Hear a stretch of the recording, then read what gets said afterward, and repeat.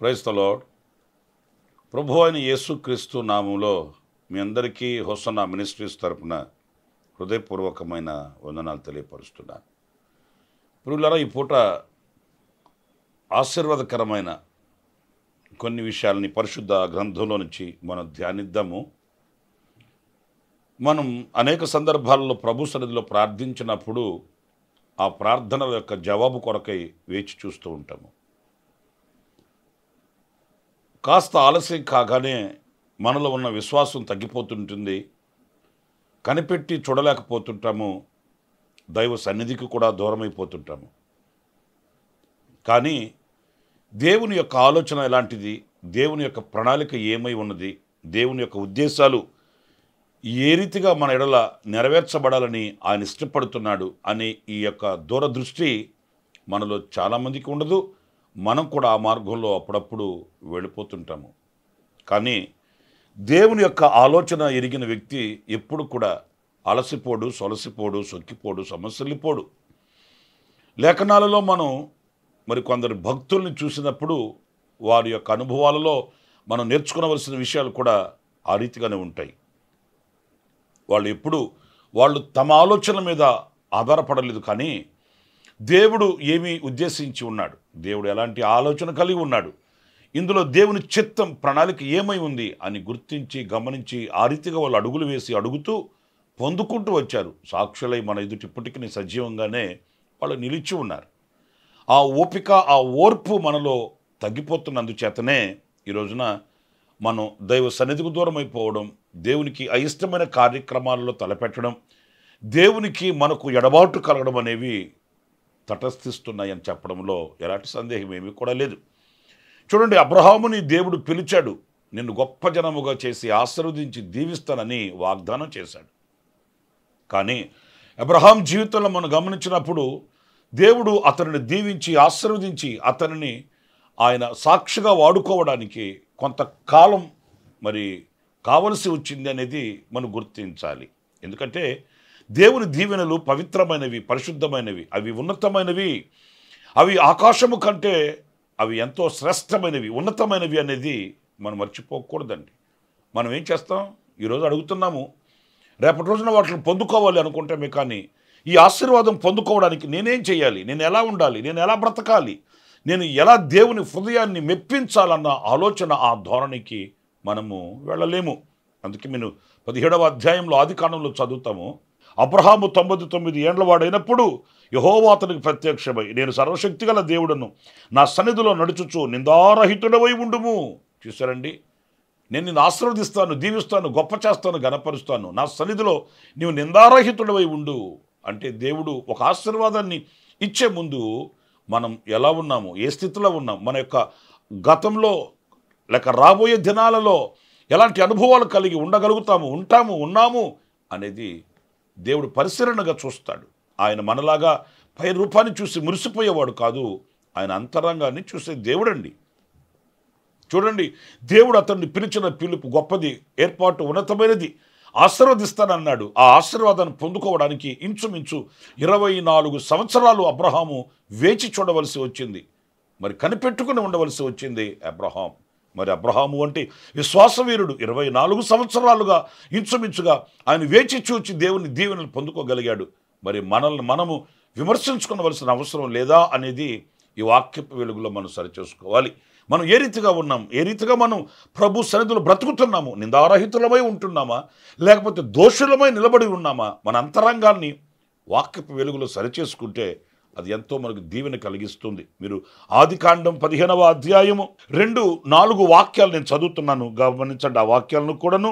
అందుకు అబ్రాము, ప్రభు అయిన యెహోవా నాకేమిచ్చిననేమి, నేను సంతానము లేని వాడనైపోచున్నానే, దమస్కు ఎలియాజరే నా ఇంటి ఆస్తి కర్తెగును కదా. 4వ వాక్యం, యెహోవా వాక్యము అతని యొద్దకు వచ్చి, ఇతడు నీకు వారసుడు కాడు, నీ గర్భవాసమున పుట్టబోచున్నవాడు నీకు వారసుడగునని చెప్పెను. ప్రియులారా చూడండి, ఈ వాక్య భాగంలో నా ఇంటి పెద్దదాసుడైన ఎలియాజరే కదా వారసుడు అవుతాడు. నాకేమిచ్చి ఏం ప్రయోజనం? ఇంత ఆస్తినిచ్చావు, ఇంత మందనిచ్చావు, ఇంత బలగం ఇచ్చావు, ప్రయోజనం ఏంటి? నాకు సంతానం లేకపోతే ఈ ఆస్తి అంతా ఎవరు తగ్గుతుంది? నా ప్రియ దేవుని బిడ్డలారా, అలాగే దేవుడు అతన్ని విడిచిపెట్టాడా అంటే కాదు. అతడు నిందారహితుడే బ్రతికాడు, దేవుని ఎదుట యథార్థమైనటువంటి బ్రతుకు బ్రతికాడు, దేవుని కనుదృష్టి ఎదుట. అందుచేత దేవుడు ఆయన్ని ఆశీర్వదించాడు. మీరు 21వ అధ్యాయం, ఈ ఆదికాండంలోనే 21వ అధ్యాయం 5వ వాక్యంలోని మాటలు నేను చదువుతున్నానండి. అబ్రహాము కుమారుడైన ఇస్సాకు అతనికి పుట్టినప్పుడు అతడు 100 ఏండ్ల వాడు. అబ్రహాము 100 సంవత్సరాల వాడంట. 100 సంవత్సరాలప్పుడు దేవుడు అతనికి గర్భఫలాన్ని ఇచ్చాడు. అయితే ఒక్క మాట, అదేంటంటే ఆలస్యమే అయినప్పటికీ కూడా ఆశీర్వాదం ఎలాంటిది అంటే, ఆ ఒక్క కుమారుడు ఆకాశ నక్షత్రాల వంటి గొప్ప జనముగా మార్చబడిన వంతు మనం ఇక్కడ గమనించాలి. దేవుడు ఆలస్యంగా ఇచ్చినప్పటికీ, దేవుడు కాస్త ఆలస్యం చేసినప్పటికీ, దేవుడు మనల్ని పరిశీలించి పరీక్షించి పరిశోధించి అనుగ్రహించినప్పటికీ అది ఎలా ఉంటుందంటే శ్రేష్టమైనదిగా ఉంటుంది, గొప్పదిగా ఉంటుంది, ఉన్నతమైనదిగా ఉంటుంది. ఇస్సాకు జీవితంలో మనం గమనిస్తే అది ఆకాశ నక్షత్రాల విస్తారమైన దీవెన ప్రభు అనుగ్రహించాడు. మరి ఈ రోజున నా ప్రియ సహోదరులారా, ఆలస్యం అని ఆవేశపడుతున్నామే, ఆలస్యం అని ఆవేదన చెందుతున్నామే, కానీ మనల్ని మనం సరిచేసుకుంటే, మనం నిందారహితులుగా నిలిచి ఉంటే కలిగే దీవెన ఎంత గొప్పది అనేది ఈ వాక్యంలో మనం గమనించవలసి వస్తుంది అనేది మనం ఆలోచించాలి. కానీ మనం అలా ఆలోచించు, దేవుని మీద నెపాలు వేస్తాము, అది మంచి ధోరణి కాదు. మన ఆలోచనలు మరి దేవుని ఆలోచనలతో సమమైనవి కావు. దేవుని ఆలోచనలు మన ఆలోచనల కంటే ఉన్నతమైనవి, శ్రేష్టమైనవి అనే విషయాన్ని మనం గమనించాలి. మరొక విషయం కూడా పరిశుద్ధ గ్రంథంలో మనం చదువుతామండి. అదేంటంటే లాజరు రోగి అయి ఉన్నాడంట. అతని అక్క చెల్లెళ్ళు మరి యేసయ్యకు వర్తమానం పంపించారు.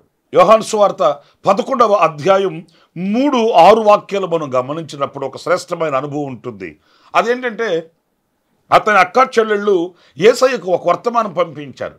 నువ్వు ప్రేమించుచున్న లాజరు రోగి అయి ఉన్నాడు అని ఒక వర్తమానం పంపించారు. ఆశ్చర్యమైన సంగతి ఏంటంటే ఆ వర్తమానం విని పరుగున మరి పరుగులు తీస్తూ రావాల్సిన యేసయ్య, ఎందుకంటే ఆ కుటుంబంలో మార్తని, మరియను, లాజరును ఆయన ప్రేమించను అని వ్రాయబడి ఉంది. మరి తాను ప్రేమించిన వారు రోగి అయి ఉంటే పరుగున ఎందుకు రారండి? మనం ప్రేమించే వారిని, మనకు ఆప్తులైన వారిని, మనకు ఆ స్నేహితులైన వారు అనారోగ్యంతో ఉంటే మనం పనిగట్టుకొని మరి మనం వెళ్తామే. మరి యేసయ్యే ఆయన ప్రేమించే లాజరు రోగి అయి ఉన్నాడని తెలిస్తే ఎందుకు వెళ్ళలేదు? వెళ్ళకపోగా ఆశ్చర్యమైన సంగతి ఏంటంటే ఈ 11వ అధ్యాయం 6వ వాక్యంలో మనం చదివినప్పుడు అతడు రోగి అయి ఉన్నాడని యేసు విన్నప్పుడు తానున్న చోటనే ఇంకా 2 దినములు నిలిచెను. పురిగారు చూడండి, త్వరగా వెళ్ళకపోగా ఆ వార్త విన్న తర్వాత 2 రోజులు ఆగిపోయాడట. ఇక్కడ మీరు గమనించవలసింది, మరి దేవుడు ఒట్టికిని ప్రేమించాడా? ఆయన ప్రేమించినట్టు నటించాడా? మరి ఆయన ప్రేమలో వాస్తవం లేదా? ఈ ప్రశ్నలన్నీ చెలరేగుతాయి ఈ మట్టి బుర్రకి. కానీ వాస్తవానికి ఆలోచిస్తే దేవుని యొక్క ఆలోచన ఉద్దేశం అది కాదు. ఈ రోగం ఎలాగో మరణమునకు వచ్చింది కాదని ఆయనకు తెలుసు. మీరు ఈ 3వ వాక్యంలో చదువుతారండి. అతని అక్క చెల్లెళ్ళు, ప్రభువా ఇదిగో నీవు ప్రేమించు వాడు రోగి ఉన్నాడని ఆయన యొద్దకు వర్తమానము పంపిరి. ఈ వర్తమానం పంపించినప్పుడు ఆయన తలంచింది ఏంటంటే ఈ రోగము అతని మరణమునకు వచ్చింది కాదు అన్నప్పుడు అతనిలో దేవుని క్రియలు ప్రత్యక్షపరచబడాలి, ఈ కార్యము వలన దేవునికి ఘనత కలగాలి అని ఆయన 2 దినములు ఆగిపోయాడు.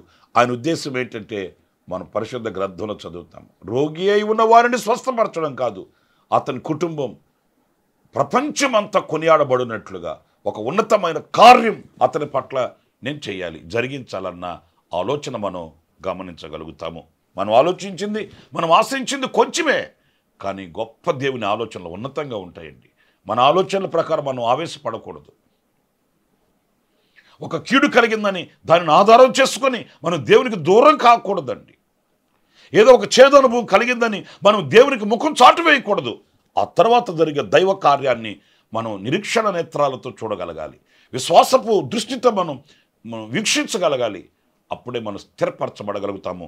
దైవ కార్యాలకి మనం యోగ్యులుగా మార్చబడగలుగుతాం. లేఖనాల్లో మనం చదువుతాం కదండి, లాజరు చనిపోయాడు, సమాధి చేసేశారు. యేసయ్య వచ్చాడు, సమాధిలో నుంచి లాజరుని లేపాడు.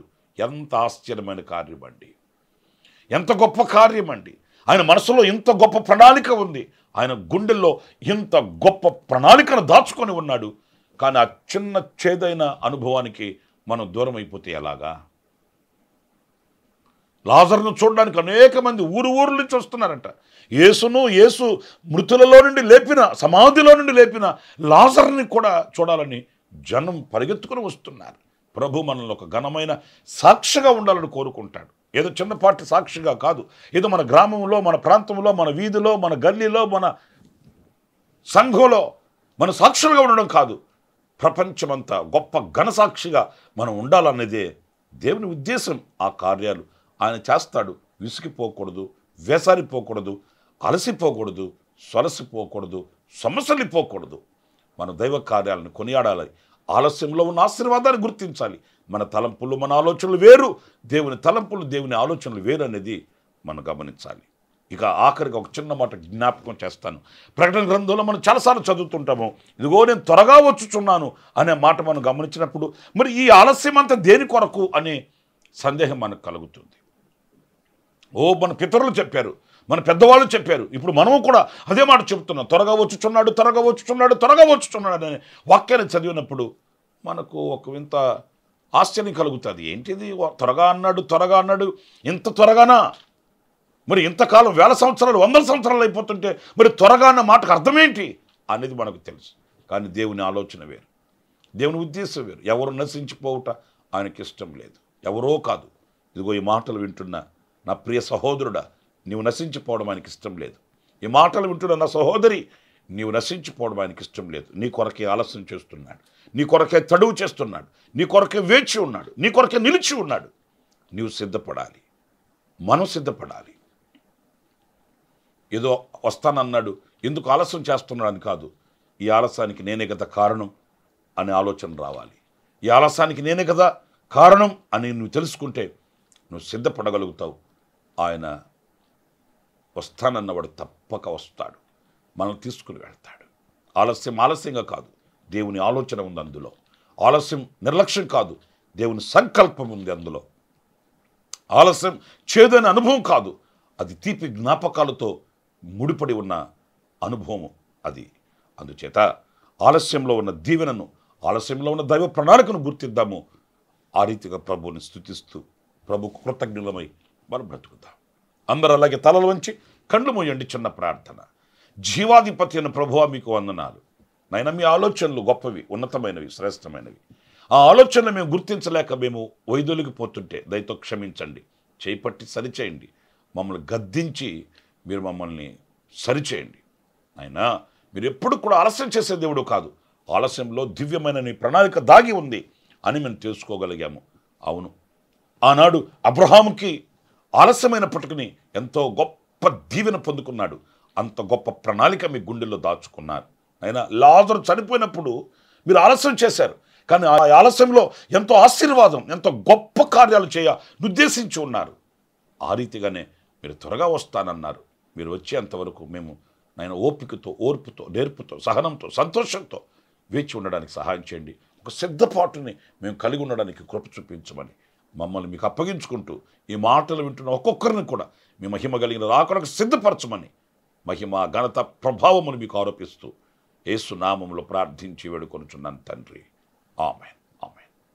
ప్రభు మిమ్మల్ని ఆశీర్వదించి దీవించునుగాక. విశేషమైన కృప నా దేవుడు సమృద్ధిగా మీకు అనుగ్రహించునుగాక. ఆమేన్. ప్రతి దినము ఈ అనుదిన కృపాను సందేశాల కొరకు, ఇంకా మరిన్ని ఆత్మ సంబంధమైన సందేశాల కొరకు ఈ మా యూట్యూబ్ ఛానల్ ని సబ్స్క్రైబ్ చేసుకోండి. Pastor Ramesh ministries.